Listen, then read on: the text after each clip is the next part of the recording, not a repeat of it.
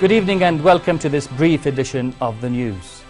We begin with Egypt, where the interim government has welcomed remarks from the State Department describing the rule of toppled leader Mohamed Morsi as undemocratic. While the statement was warmly received by the interim government, reading it as a signal that Washington will not cut off its $1.5 billion in annual aid, was swiftly denounced by the Muslim Brotherhood. Spokesman Jihad Haddad said the remarks showed American hypocrisy, adding that there is no way the Egyptian army would have gone through with the coup if it were not sanctioned by the US. UN Secretary General Ban Ki-moon expressed concern about continued arrest warrants issued for Muslim Brotherhood leaders and others in Egypt. A statement from Ban's office said the UN chief reiterates his support for the aspirations of the Egyptian people and calls for a peaceful dialogue that includes all Egypt's political parties.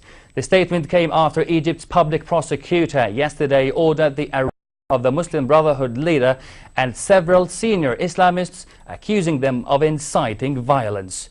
Ban also referred to Egypt's international obligations to fully respect the right of freedom of association and speech.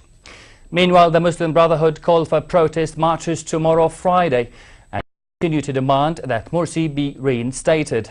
The anti-Morsi Tamarrud group has also called for protests, raising the risk of more violence. Fighting between Morsi's supporters and foes killed 35 people last Friday, although the situation in Cairo and other cities has been calm since Monday. The British Parliament has voted in favour of a motion requiring the government to seek what is said should be an explicit prior consent for any future decision to provide lethal assistance to Syrian rebels.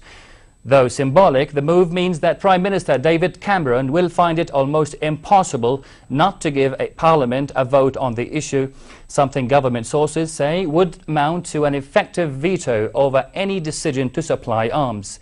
Ministers expect the 150-member Law House to vote against sending arms if the issue arises. On the ground in Syria, clashes have been reported in a Damascus suburb and in Hims. Amateur video purports to show images of Hims coming under heavy bombardment, with homes, shops and a mosque damaged. Government forces have been on the offensive in the central Syrian city of Hims for over a week, hitting rebel-held neighborhoods with airstrikes, mortar bombs and tanks. Over to Iraq, at least 25 people were killed in bomb and gun attacks across the country. Police and medics said 11 people were killed when a car bomb exploded in Miqdadiyah at a morning ceremony, and as survivors gathered to evacuate the wounded, a suicide bomber blew himself up. And in the north of Baghdad, a car bomb exploded in a Turkmen-populated area, killing 1 civilian and wounding 28 others. The explosion also damaged a number of houses. Greek teachers, school guards, municipal police officers and other civil servants staged a noisy protest in Athens, afraid of job losses. Demonstrators marched through the capital to the Greek Parliament building. Municipal police officers on a third day of strikes joined the protest. The protest comes as Greece's published unemployment rate rose to 26.9% in April, up from 26.8% in March.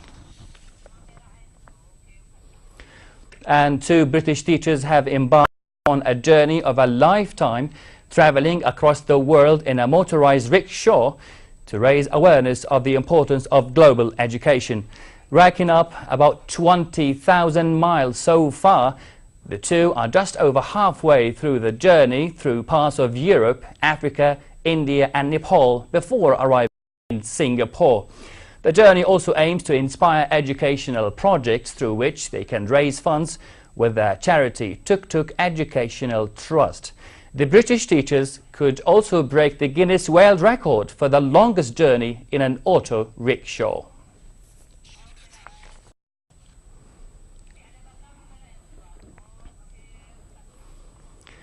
Finally, a quick look at the weather. Pleasant tonight in most areas with a low of 18 degrees in the capital Amman.